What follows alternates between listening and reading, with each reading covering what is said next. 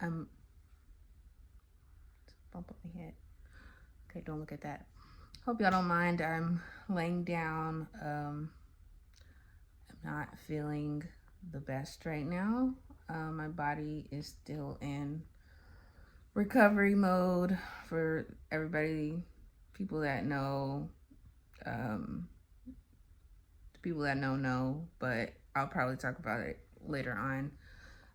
But I'm wanting to record a video about why it's important to stand on business when it comes to your faith and when it comes to yourself.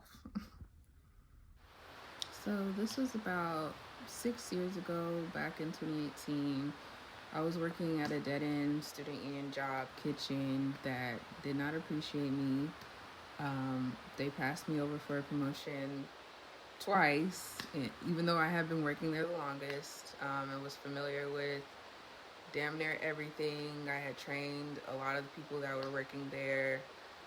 They was even hesitant to give me like a 75-cent raise, even though I was one of the only people that already had my bachelor's degree. And not only that, part of my degree was in hospitality management. They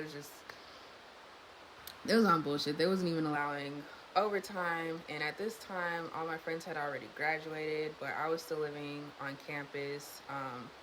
Not on campus, but I was still living in the city and working on campus because I was really trying to get into grad school. So none of the people that I was really cool with were working there at the time. And then on top of that, I'm like a lone wolf by nature, so I wasn't trying to be in everybody's face like that. You know what I'm saying? Just kept to myself. Yet somehow other people, they was always concerned about my hours, what I was up to on my breaks, pocket watching, asking questions about like my financial aid and why I was working less, shit that was, none of their business. I had cut my hours to part-time to have extra time to focus on my goals and the direction I wanted my life to go. My life did not start and it wasn't gonna stop at the student union kitchen. So with the freed up time I had from going part-time, I used the extra hours to do Uber Eats. It was hot as shit during this time because it was like June of 2018, but I had also just cut my hair like a couple months before. But yeah, I did Uber Eats when I wasn't working. Oh, I'm getting comfortable. Oh, sorry. Oh man. So I did Uber Eats when I wasn't working at the kitchen, and a lot of times would make more money an hour with the tips than I did at my current job. I also used like the freed up time to start tapping into like my art more and talking with my family, trying to get them excited and on board about starting business, which we put a lot of time and effort into starting. And then I also really need to brainstorm how I was going to make more money because I still had bills to pay. And then I was still trying to get into grad school because I had tried to get into grad school. I think it was like the year before and didn't get in. So I was trying my second attempt, which would be my last attempt to try to get into that program that I was trying to get into, or else I would have to find another school. So a lot of things I was trying to figure out, and it was just it was a really stressful time, not just like with the job, but with me being at a place where I'm trying to do better for myself. No, Pepper, don't leave. Dang, she had the blinds open. The lighting was perfect. But yes. Sometime during this time, I learned that Ramadan was going on around that time that year. And so I was interested because, mind you, it was very hot out, and what I was most familiar with in regards to Ramadan was the fasting. So my interest turned into admiration because I started learning more about it and I became inspired. Like, that is pure appreciation and dedication to their religious beliefs. And at that time, I couldn't even make it to church on Sunday. So I was very inspired during that time. And I'm not Muslim. I do identify as a Christian. But there are so many beautiful aspects about other religions and other people's religions and spiritual beliefs to me that just make me like appreciate life more and see life in different ways sometimes. Now, disclaimer, this is not me saying that this is anything you have to do or appreciate. I have my own viewpoints. I'm here to share them, not to force them on anybody or force anybody to agree with me about certain things. You know, I love me some CBT. I do. But I'm a very person-centered person when it comes to my personal life and my professional life. So I can respect other people's beliefs outside of my own. Just stay out the comments with the bull jive. Okay.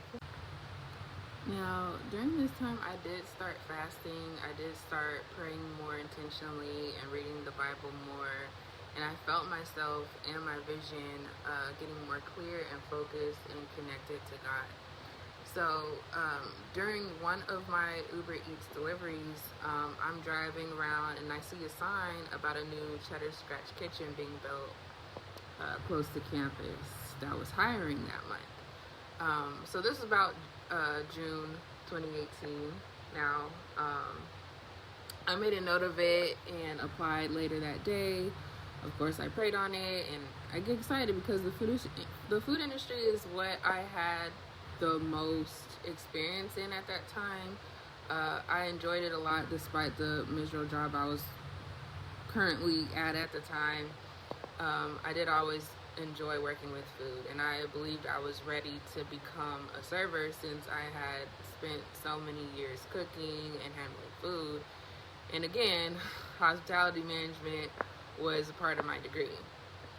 So the interview date comes and I'm a little nervous because it's the first time I'm interviewing and don't have any hair. Like I said before, I had cut all my hair off. Like I was bald headed.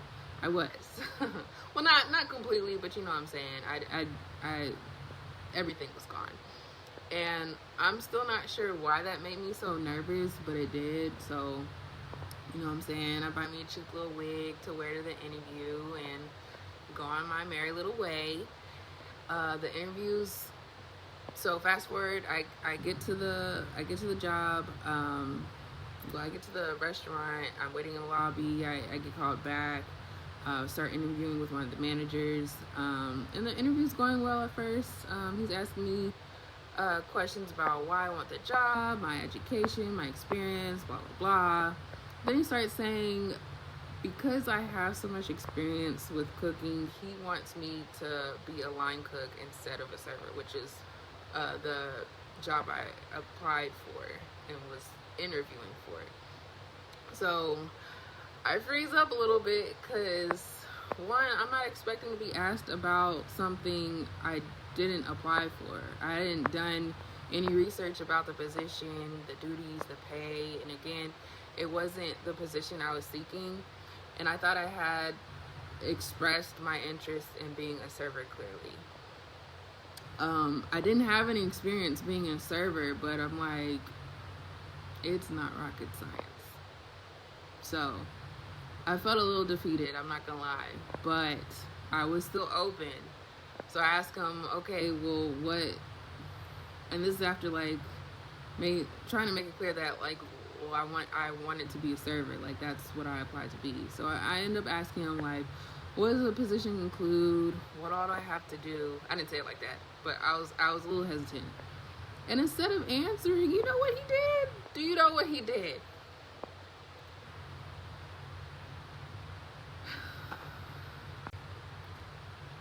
He goes, it doesn't seem like you're really wanting to take this position, so I don't think you would be a good fit. Thanks for your time.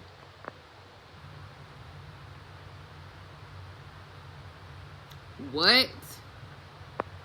Like, I was so confused because I never had an interview, like, ever in my life. And I had a few jobs at that, like, before that time. I never had an interview where the interviewer just ended the interview based on me asking a question. If I wasn't at all, what the hell? If I wasn't, I hope that's not in the recording, but if it is, oh well. It's like, if I wasn't interested, I wouldn't have asked any questions at all, and I would have been the one to say, oh, I don't think this is a good fit, or what I'm needing right now. Okay, my cat's back in the window, so I'm gonna try to use this lighting to my advantage. So let's get into it. Let's get into it. I'm not putting it. So, yeah. So, as you can imagine, I'm just sitting there, being like, I'm just lost for words, because I'm like, wait, is the interview over? Like, did he just end the interview? So on top of being confused, I immediately feel so embarrassed because I have to fake smile my ass out the door, pretending that I'm okay, and then passing all these people that are waiting, and then on top of that, I just immediately feel hopeless because this was like such a crucial time for me. Like, that was my opportunity to get a stable job, to pay my bills, to leave the toxic job for good, and not be stressed out. And it slipped out of my hand in a second.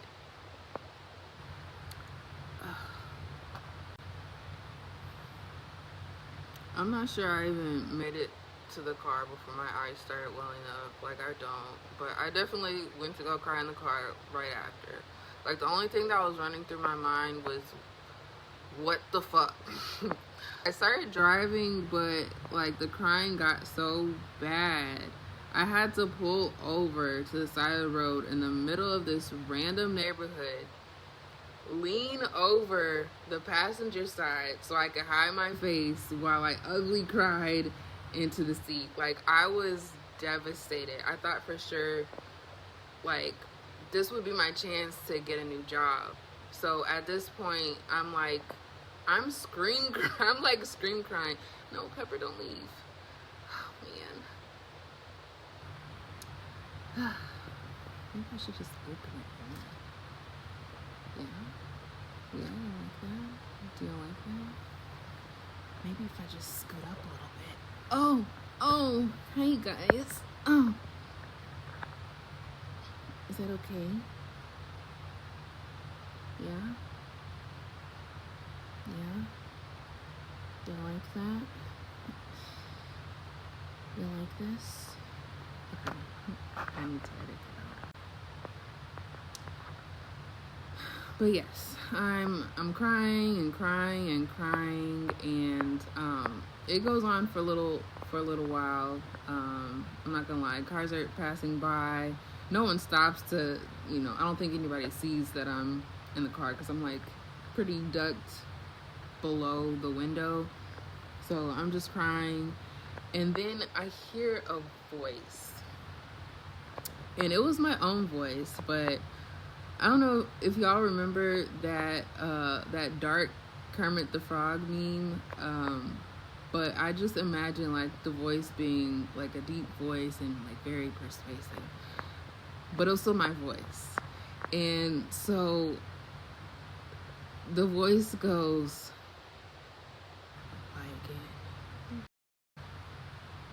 and the way I like pop up out my seat and then the tears just abruptly stop rolling down my cheeks, like, you'd think I was a damn psychopath. So guess what I did? Yeah. I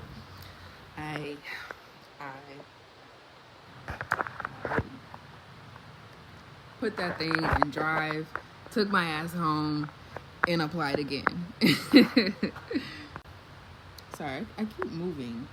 I feel like I've been in so many different places on this couch. But yes, I applied again, this time as a cook. But lo and behold, I get another email asking me to set up my interview date and the time that I want to be interviewed. And I set it out probably like a couple of days after, to give them some time to forget about me. And then, what I'm saying, I go on about my day. And then, so fast forward, the interview date comes. I'm getting dressed in a different outfit, obviously, completely different energy as I'm getting ready. And to really spice up the new persona, I go as my beautiful bald-headed self. You know what I'm saying? I'm like, you know what? Let me toss the wig. The wig didn't help me out. Maybe he didn't like the wig. Maybe this is a sign that I shouldn't have got that wig at all. But yeah, I just go in there. I get there. The same nervous feelings start popping up, but now it's more because of the what's about to happen. Like, I kind of know what to expect, but like what's going to happen when he sees my resume and is like, wait a second, I feel like I've seen this before. Yeah, so I didn't think that through. I did it. So I'm sitting there in the lobby, like waiting to be called. And a couple minutes in, I see him walking towards the lobby. And my eyes are glued on him. And then we end up making eye contact. So I get a little nervous. And then as he's walking over, he's, being polite, being pleasant. He has a big smile on his face. And he goes, "Hi, how you doing?" And he keeps walking by, doesn't stop or anything, doesn't, make any like weird facial expression. So, I'm cheesing, I'm smiling, because I know he didn't recognize me. So I'm like, "Oh, I'm good, thank you." You know what I'm saying? Look at So by this time, I'm laughing to myself in the lobby. And by this point, I probably do look like a damn psychopath, because no one's talking to me. No one's even sitting by me. I'm just sitting there chuckling to myself and smiling like a fucking weirdo. So I eventually get called back for my interview, but this time it's with one of the other managers. So he's asking me, the same questions about my resume, about my experience, and I'm answering them, but I'm still smiling and laughing to myself, because at this point, I'm thinking to myself, I'm really about to finesse my way into a job that just denied me. So I finished the interview with him, and he goes, "I think you would be a great part of our team. I'm really loving your energy." And I can't help but laugh and thank him genuinely, because, like, I know that wasn't anything I was confused about. That was something that your other manager was confused about. But, long story short, he tells me to wait so that I can speak with the head manager. I speak with her. She tells me she's ready to hire me, and she asks me how much I want to be paid. So I give her a number. She leaves and I guess like talks with some of the other managers to, I guess, deliberate on their decision. And she comes back, and she offers me more than what I asked for. And, my crybaby ass started crying again, burst into tears right after. And I'm pretty sure she was confused why I was crying, because one, it wasn't a lot of money. Like, just looking back, like, it's not a lot of money. I make, well, it's not. It really wasn't. But at that time, it was a lot more than what my hourly job was paying me. Two, I saw, like, she had, like, a blank face. Like, she looked confused, like she didn't understand what was going on. And then she didn't understand, really, like, what all I had endured to get to that yes. And not just with the interview process, but with the trial and error, I had applied to several other jobs before that and had different interviews, and they didn't fall through, or they did fall through and I didn't get the job. So it was a lot of that, a lot of stress, a lot of toxicity in the workplace, like all of that to get to this yes. But yeah, no, it wasn't a lot of money, but it was more than what I had been previously getting. It was a stable job until the pandemic. And it was a stepping stone to getting more at my next job and my next job and my next job. And I actually liked the job and the people that I worked with. I think that's one of the reasons why I worked there so long. And one of the reasons why it's just like a memorable place to work. Because of that, like out of all I worked out a lot of food jobs before, and Cheddar's hands down, and this is not, I'm not getting paid to say this. I don't work with them anymore. I do still eat there. The food is pretty good. But one of the best jobs I worked at in the food industry, and the food industry jobs can be horrible. One of the best ones that I worked at, and I think that's one of the reasons why I worked there so long. I became a certified trainer 4 months into working there. And then I even got cool with the manager that denied me. Yep, I did. I ended up telling him, like, probably it was like maybe close to a year of me working there. And I told him the story because I had a friend there that I had told him, and he thought that shit was hilarious. And so we both was like, oh yeah, we should tell him what happened and see what he says. And I did, and he looked horrified. He was like, oh my goodness, Kim, I'm so sorry. I feel really bad about that. I had so many interviews to get through, so I was stressed out. I don't really fully remember the situation, but you're like one of the best workers here now. And I'm just sitting there like, I know. If you had given me a chance to explain that, you would have seen that ahead of time. Like, that wasn't a question. That wasn't a question.